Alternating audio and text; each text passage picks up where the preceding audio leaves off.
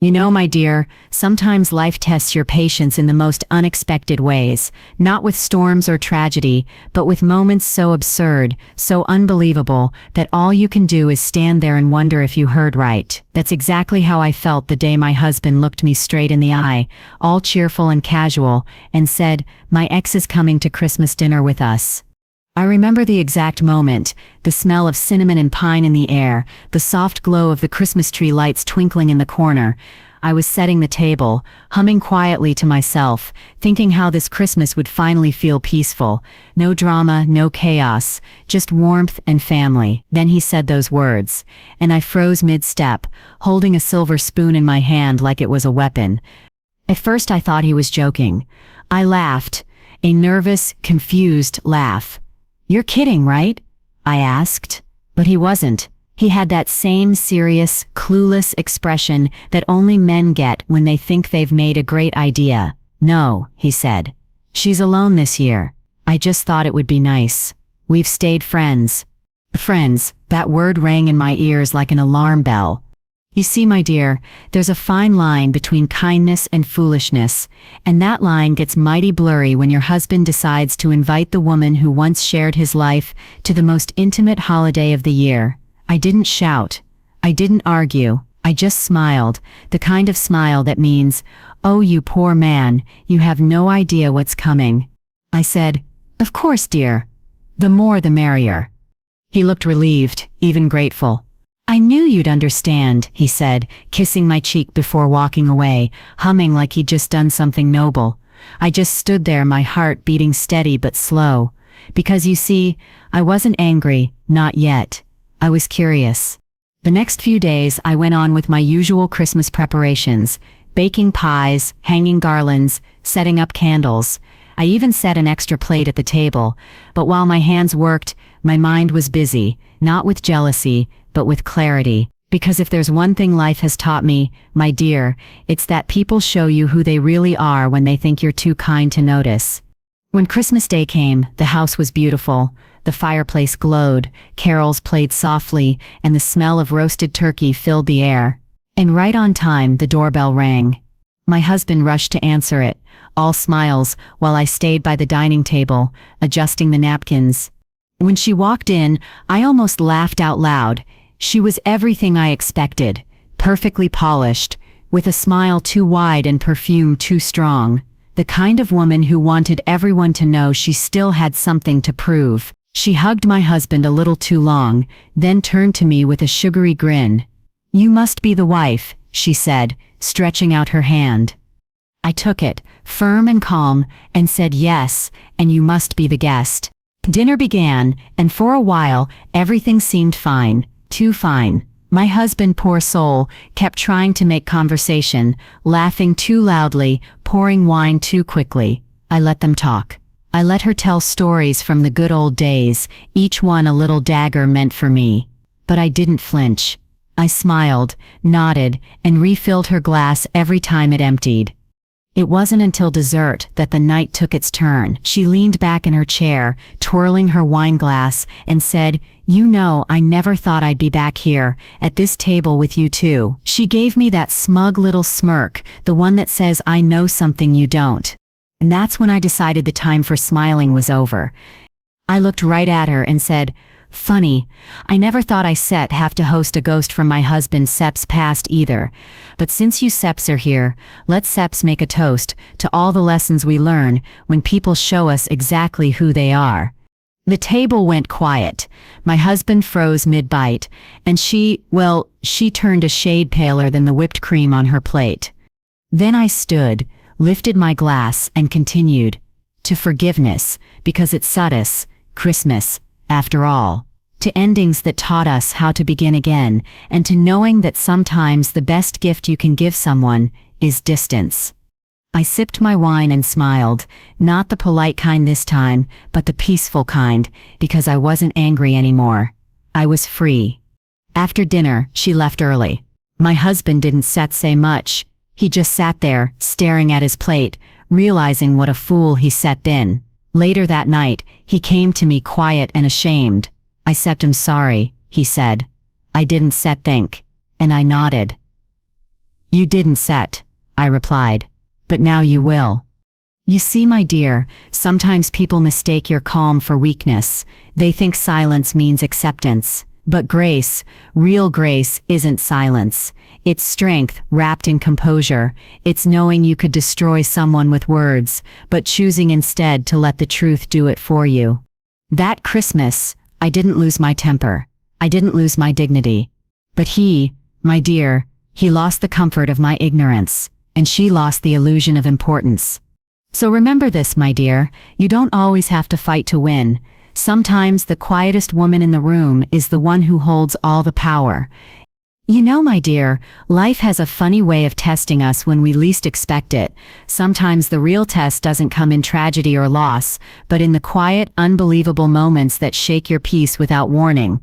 That's exactly what happened to me one December afternoon, when I was standing in my kitchen, humming to myself, setting the table for Christmas dinner, and my husband, with a smile as casual as a summer breeze, said, "My ex is coming to Christmas dinner with us."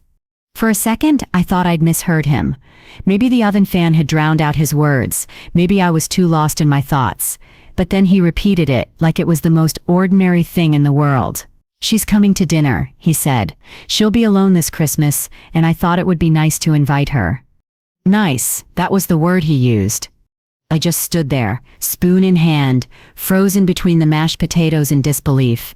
My mind went quiet, like the world had stopped spinning for a moment. There was a time, long ago, when I might have shouted, cried, demanded answers. But age and grace have their way of teaching you that silence can speak louder than words ever could. So instead of asking why, I simply looked at him and smiled. "Of course, dear," I said softly, "the more the merrier." Oh, if only he knew what that smile meant. You see, my dear, a woman's strength isn't always in her words. It's in her ability to hold herself together when everything inside her wants to break. It's in the stillness she keeps while the storm brews quietly behind her eyes. That was me that day, calm on the outside, but inside, something had shifted, because I realized, in that very moment, that my peace was being tested, and I wasn't about to fail. I didn't speak another word about it. I went back to stirring the gravy, checking the oven, setting the candles, all the little things that make a home feel warm. He walked away, humming, relieved that I hadn't made a scene. And that's when I smiled for real, because he had no idea that his little test had just taught me a lot more about him than it ever could about me. The next few days, I carried on as if nothing had happened. I decorated the tree, wrapped the gifts, baked the cookies. I even made an extra pie, because if there's one thing I believe in, it's hospitality, even when it's undeserved. But as I worked, I thought about how many times women are put in situations that question their worth, their pride, their grace, and how we, somehow, manage to carry ourselves through them without losing our dignity. That's power, my dear. That's strength. You see, reacting with anger might have felt satisfying for a moment, but it would have given away my peace. And I've learned the hard way that peace is something you never hand over to anyone, not even someone you love. So instead, I prepared for Christmas dinner like a queen preparing for her court, calm, poised, ready for whatever might come. When the day finally arrived, everything looked beautiful. The table was set, the lights were twinkling, and the smell of roasted turkey filled the air. He looked proud, almost smug, thinking he'd created some picture-perfect act of kindness. But I had already decided that I wouldn't play the fool, not through bitterness, but through composure. Because, my dear, there's something unforgettable about a woman who remains gentle when the world expects her to fall apart. She becomes untouchable. She becomes the quiet storm that others never see coming. And that day, I decided I would be just that. So when the doorbell rang and she stepped into my home, all perfume, polish, and practiced charm, I didn't flinch. I smiled. I welcomed her, and I made sure she felt the full weight of my grace. Because nothing unsettles the arrogant more than kindness they can't compete with. My husband thought the evening would test my patience. But what he didn't understand was that I had already passed that test the moment I chose not to lose myself. The real test wasn't about her being there, it was about me staying true to who I am, no matter who walked through my door. And that, my dear, is how you know you've grown. When life hands you an insult wrapped in politeness, and you unwrap it with poise.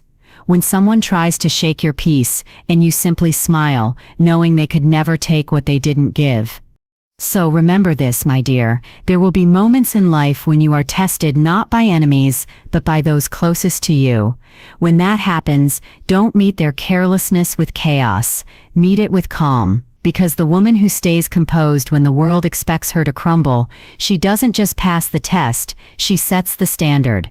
You know, my dear, people have a way of hiding their true selves behind smiles that don't quite reach their eyes. Some folks wear politeness like perfume, sweet and strong, but only meant to cover what lies underneath. And that's exactly the kind of woman who walked into my home that Christmas night. My husband's execs. Oh, she was all grace and charm on the surface, but the moment she stepped through that door, the air shifted. I could smell the arrogance in her perfume, and I knew right then, this evening would be one for the books. I opened the door myself. I wanted to see her face when she realized it would be me greeting her. Not my husband, not the man she thought she could still charm. The look on her face was almost worth it. She gave me a smile so sweet it could have curdled milk, her eyes scanning me from head to toe, as if measuring what she'd lost against what she could never be again. "You must be the wife," she said, her voice dripping honey and venom all at once. I returned the smile, calm and unbothered. "And you must be the guest," I said. Then I stepped aside, holding the door open just long enough for her to walk in, heels clicking like warnings on my hardwood floor. She handed me a bottle of wine. Expensive, of course, because women like her don't come empty-handed. They bring gifts that say, "Look what I can afford now." I thanked her politely and placed it on the counter, knowing full well I wouldn't open it that night. I had already prepared a lovely bottle myself, one that didn't reek of competition. As the evening went on, I watched her. She was a performer on a stage she didn't realize wasn't hers anymore. She laughed a little too loud at his jokes, touched his arm a little too casually, and told stories that began with "remember when we" far too often. My husband sat there, oblivious as ever, smiling awkwardly, glancing at me from time to time as if to say, "See, everyone's getting along." I didn't interrupt. I didn't need to. I let her talk. I let her fill the room with memories that didn't belong there anymore. Every word she spoke was a reminder that she was still living in a past that no longer existed, and I was the present she could never replace. You see, my dear, that's what happens when someone hides behind politeness. They mistake your quiet for weakness. They think they can walk into your home, your peace and your marriage, wearing a smile and a scent of nostalgia, and somehow reclaim a place they willingly left behind. But what they don't understand is that real strength doesn't need to be loud. It sits there, steady and calm, letting arrogance destroy itself. When dinner was served, she complimented everything. The food, the decor, the tree. "You've done such a lovely job," she said. "I can tell you try to make this house feel like a home." I looked her straight in the eye and smiled. "Thank you. But I don't try, dear. I do. Every day." She blinked, caught off guard, and for a moment, her perfect little mask slipped. The table went quiet. Even my husband paused, sensing the shift in the air, but I just kept cutting the roast, humming softly to myself, as if nothing had happened. Because that's the beauty of grace. It doesn't announce itself. It simply is.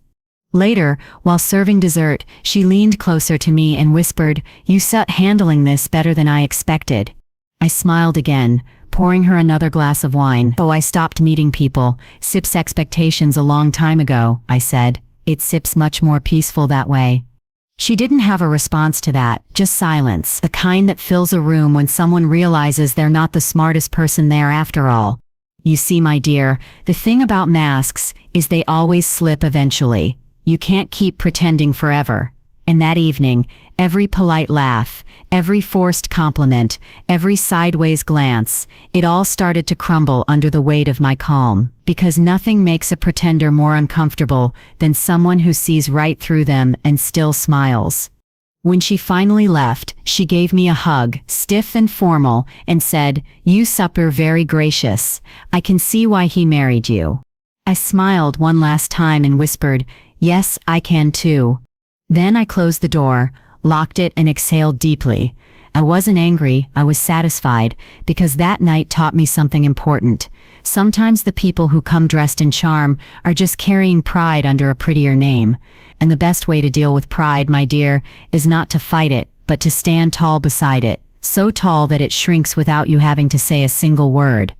So remember this, the next time someone hides behind a fake smile and pretty manners, don't let them draw you into their game. Stay calm, stay kind, because real class doesn't compete, it simply reminds others, quietly and effortlessly, who truly owns the room. You know, my dear, sometimes the most powerful thing you can say is nothing at all. People underestimate silence. They think it means surrender, that quietness means you've accepted defeat. But what they don't understand is that silence is often the language of the wise. And that night, sitting across the dinner table from my husband's ex, I learned just how loud silence could be. She talked. Oh, how she talked. Every story she told was a performance, every laugh rehearsed, every gesture carefully placed. I could tell she thought she was winning, thought she was getting under my skin. My husband, bless his naive heart, just sat there smiling awkwardly, pretending not to notice the tension building between us. I didn't interrupt her once. I let her run the show. Because you see, my dear, people like that always reveal themselves eventually. All you have to do is give them enough space to do it. So I sat quietly, my hands folded neatly on my lap, my face soft and calm. I smiled when it was polite to smile, nodded when it was expected, and said nothing when the bait was thrown. Ooh, she tried. She really did. She spoke about the vacations they once took, the funny little habits he used to have, the memories that were clearly meant to make me feel like an outsider in my own home. But I just kept listening, sipping my wine, watching her dig her own hole with every word. Silence, my dear, is not the absence of power, it's the control of it. And that night, I had all the control. I could feel my husband's eyes flicking toward me every few minutes, checking for signs of irritation, waiting for me to snap, but I didn't. I could almost see the confusion growing in his expression, like he couldn't decide if he should be grateful or terrified, and that's when I realized something important. Sometimes silence doesn't just make others uncomfortable, it makes them think, it forces them to see themselves in a mirror they didn't know was there. At one point, she laughed and said, "Oh, I hope I'm not talking too much. I just love reminiscing about the old days." I met her eyes and smiled gently. "No, not at all," I said softly. It's interesting what people choose to remember. Just that. Nothing more. But oh, how her face changed. Her laugh wavered, her shoulders stiffened. You could have heard a pin drop after that. Because silence isn't just about staying quiet. It's about knowing when to speak, and how little to say. One well-placed sentence can echo louder than an entire argument. After that, the air around the table grew heavy. The conversation turned clumsy, fragmented. My husband tried to steer things towards safer topics. Bless him, but the balance had already shifted. My silence had said everything I needed it to. It said, "I see you, I understand you, and you can't shake me." When the plates were cleared, I excused myself to make coffee. As I stood in the kitchen, I could hear faint whispers from the dining room. Her voice, nervous now, trying to fill the space that my quiet had left behind. I smiled to myself. You see, people who thrive on attention can't stand stillness. They can't handle not being the center of the room. They crumble when the spotlight turns inward. When I returned with the coffee, I found her fidgeting with her napkin, her confidence fading like a candle in the wind. I poured her cup carefully, the aroma filling the air, and said gently, "You take yours black, don't set you." Her eyes widened. "How did you know?" she asked. I smiled. "I pay attention." And there it was again, the silence, thick, undeniable, powerful. It hung in the air like a reminder that I didn't need to raise my voice to be heard. I had already said everything through the way I carried myself. Later that night, after she left, my husband sat down beside me on the couch. He didn't speak right away. He just sighed, deep and heavy. "You didn't say a word all night," he said quietly. "But somehow I feel like you said everything." I looked at him, smiled faintly, and replied, Sometimes, my dear, silence is the only truth people will listen to. You see, my dear, there's a lesson in that.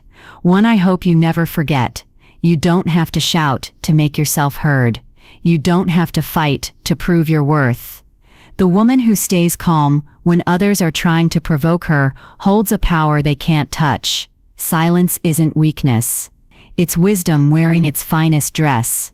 So the next time someone tries to pull you into their chaos, don't fight back. Sit still. Let your quiet do the talking. Because silence, when worn with grace, doesn't just win the moment, it wins the war.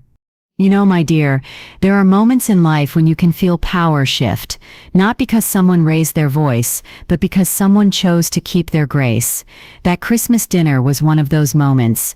The air was thick with unsaid things, pride, and a little too much perfume, and yet somehow I sat there as still as the candlelight on the table. I could feel it, my calm unsettling her more than anger ever could.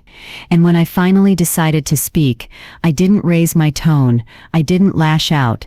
I simply stood in my truth. Because, my dear, the moment of power doesn't come through rage. It comes through poise. The night had carried on far too long, and the tension was practically dripping from the walls. The ex sat across from me, her smile beginning to crack, her stories running thin. My husband's laughter had turned awkward, brittle. He'd started to realize that maybe, just maybe, inviting his past into our present wasn't such a fine idea after all. But it was too late. The dinner was done, the dessert was served, and the stage was mine now. As she took a sip of wine, she leaned back in her chair and said, "You know, I never thought I'd be back here, sitting at this table again. Funny how life works, isn't it?" Her words were dripping with meaning, her eyes glancing between me and my husband. She was testing me, waiting for a reaction.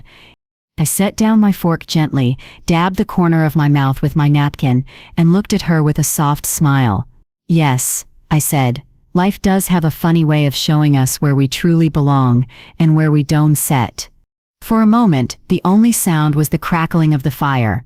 My husband shifted uncomfortably in his chair, pretending to busy himself with his plate.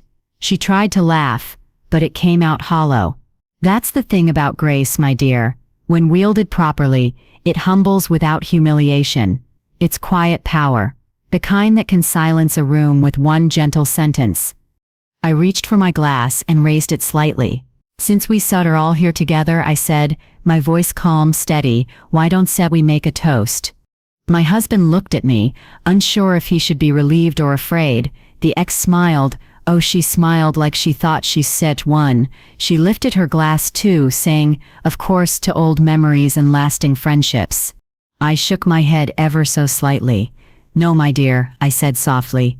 "To lessons. To knowing when to let go of what steps behind us, and when to protect what steps ahead of us. To peace, because it steps the only thing worth keeping after pride is gone."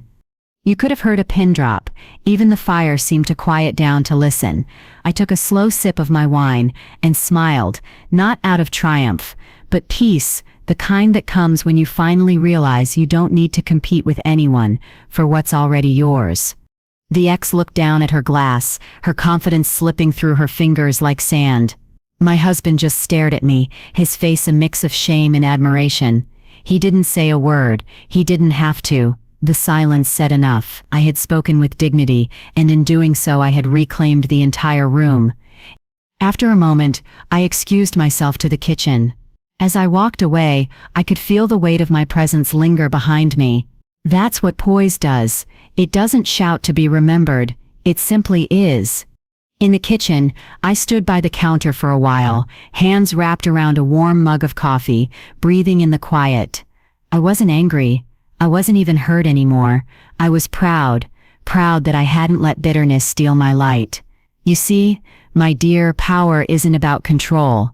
It's about self-control. It's about knowing when to speak and when to stay silent, when to defend yourself and when to let your composure do it for you. When I returned, the ex had gone quiet. The sparkle in her eyes had dimmed, replaced with something that looked a lot like reflection. She stayed polite, of course. People like that always do when they realize they've overstepped, but her energy had changed. She was no longer performing. She was just trying to get through the rest of the evening without breaking the fragile grace that now filled the room. After dessert, she thanked me for dinner. Her voice was softer now. Her smile smaller, more real. I walked her to the door, helped her with her coat, and said gently, "Take care of yourself." She nodded. "You too," she whispered, eyes avoiding mine. When the door closed behind her, I turned to my husband. He looked at me like a man who'd just watched a storm roll past his house and realized his wife was the calm that saved it from falling apart. "I'm sorry," he said quietly. I nodded. "I know," I said. "Just don't sit and mistake my grace for permission again." He didn't sit, not after that night. So my dear, remember this: your greatest strength will never come from shouting the loudest. It will come from standing tall, calm, and unshaken while others lose their balance. Because poise isn't just elegance, it's quiet power. It's the kind of strength that speaks volumes, even in silence, and leaves the world no choice but to listen. You know, my dear, life has a peculiar way of teaching lessons, and sometimes it does so through the people closest to us. We expect the world to test our patience, but when the test comes from our own home, that's when the lesson really settles in the soul. That Christmas dinner didn't just test my grace, it exposed the quiet cracks in my husband's understanding of respect, love, and loyalty, but I didn't need to lecture him. No, my dear. I've learned that some lessons aren't taught with words, they're taught through the silence that follows a mistake.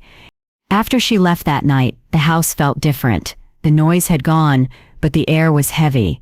The lights on the Christmas tree flickered softly, and for a long while, my husband didn't speak. He just sat there, staring at the empty plate she'd left behind, like it was some kind of confession. I didn't rush to fill the silence. I let it sit. I let him feel it. Because sometimes silence isn't emptiness, it's space for realization to bloom.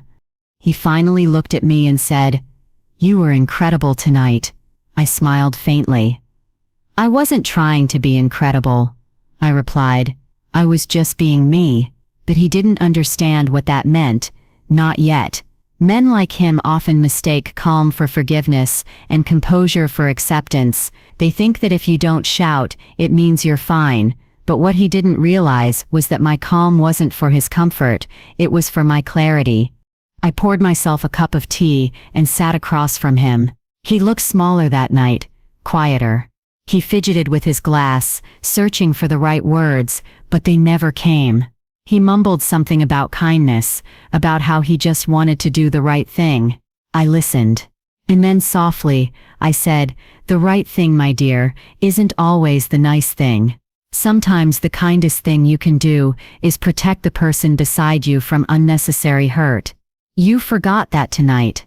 He didn't argue. He couldn't, because deep down he knew I was right. His mistake wasn't inviting her. It was not thinking about what that meant. Not just for me, but for our home. You see, my dear, love without thoughtfulness is like a candle without a flame. It looks pretty, but it gives no warmth. I didn't raise my voice, I didn't cry, and I didn't scold. I didn't need to. The weight of his own regret was doing the work for me. Sometimes letting someone sit with the consequences of their choices is the most powerful thing you can do. It's not revenge.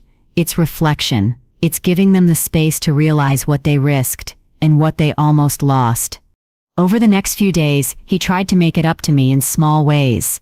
He cleaned up the kitchen, ran errands, brought home flowers that smelled like apology.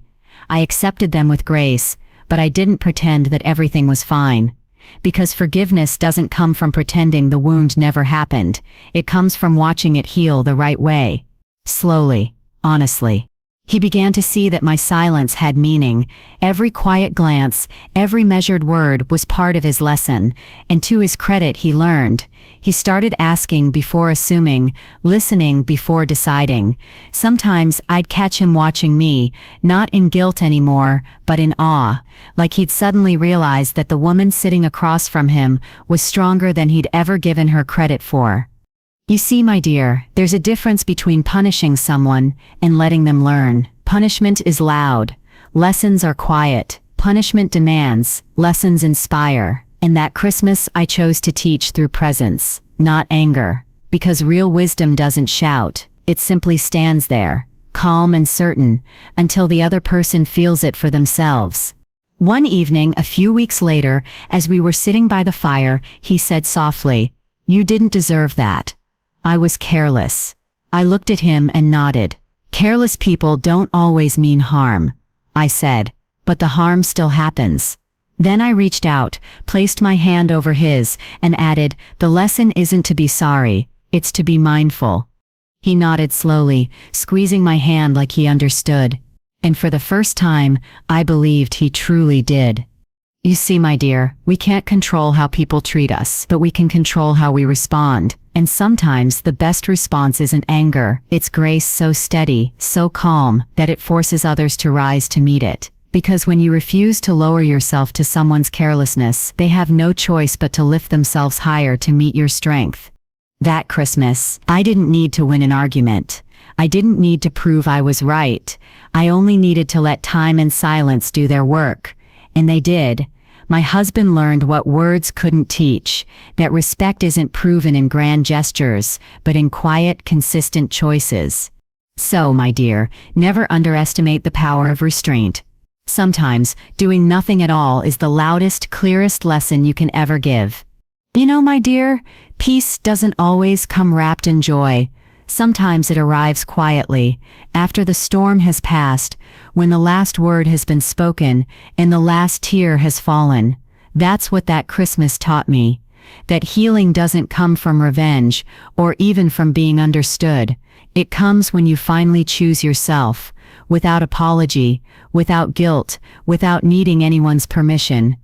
In the days that followed that strange dinner, the house returned to its usual calm, the lights still twinkled on the tree, the faint scent of pine still lingered in the air, but something inside me had shifted. I didn't feel angry anymore. I didn't even feel sad. What I felt was lighter, like I had set down a weight I didn't realize I'd been carrying. Because, my dear, when someone shows you how little they considered your heart, it hurts at first. Yes, but then it frees you. I started to see things differently. The same husband who once believed my calm was submission began to understand that my silence was strength. He moved carefully, thoughtfully, like a man who finally realized he'd been living beside grace and mistaking it for convenience. But I wasn't waiting for him to change anymore. I wasn't holding my breath for apologies or grand gestures. I had already made peace with the truth. The only person responsible for my happiness was me. One morning, I sat by the window with my tea, watching the frost melt on the glass. The house was quiet, the kind of stillness that used to make me feel lonely, but now felt sacred. I thought about that night. The laughter that wasn't real, the words that were meant to sting, and how I never let any of it take my peace away. It struck me, right then, that I had become someone I would have once admired, a woman who doesn't beg to be respected, but simply is. That realization, my dear, was the beginning of my healing. I started taking long walks by myself, something I hadn't done in years. The cold winter air felt crisp and clean against my face, and with every step, I let go of something old. Old hurts, old expectations, old habits of shrinking myself to make others comfortable. There's something powerful about reclaiming your space in the world after being made to feel small in it. You walk a little taller, breathe a little deeper, and smile not because someone made you happy, but because you found happiness within yourself. My husband noticed the change. He'd watch me from across the room sometimes, the way a man looks at a mystery he finally wants to understand. He began to speak less and listen more. And though he never asked, I think he knew that I had reached a place he couldn't pull me from, a quiet strength that didn't depend on anyone's approval. One evening, as we sat by the fireplace, he said, "You seem different lately, calmer." I smiled softly. "I some not calmer," I said. "I some just no longer trying to fix what wasn't set in mine to fix." He didn't know what to say to that. And that was all right. Because healing isn't about teaching others what they did wrong, it's about teaching yourself how to rise above it. The truth, my dear, is that love can survive many things, disappointment, pride, even betrayal, but it can only truly thrive when it's shared between two whole people. And that Christmas, I realized I could no longer pour from an empty cup. I had to refill it for myself. So, I began to love differently. Not louder, not softer, just wiser. I loved myself enough to set boundaries, enough to forgive without reopening the wound, enough to walk away from conversations that went nowhere.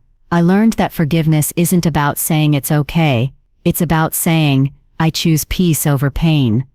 By the time the new year came, I had made peace with everything, with him, with her, and most importantly, with myself. Because life, my dear, isn't about who hurt you, it's about who you become after the hurting stops. And I became someone new, someone freer. That Christmas story wasn't about a husband's mistake or a woman's intrusion, it was about transformation, about realizing that no one can take your dignity unless you hand it to them, and no one can give you peace unless you create it yourself. So if you ever find yourself standing in the middle of chaos, whether it's betrayal, disrespect, or heartbreak, take a deep breath and remember this. Peace is a choice. It doesn't come when others apologize. It comes when you decide that your joy is worth protecting, no matter what anyone else does. I didn't just survive that Christmas, my dear. I reclaimed myself in it. And once a woman remembers her worth, there's nothing in this world that can take it away again.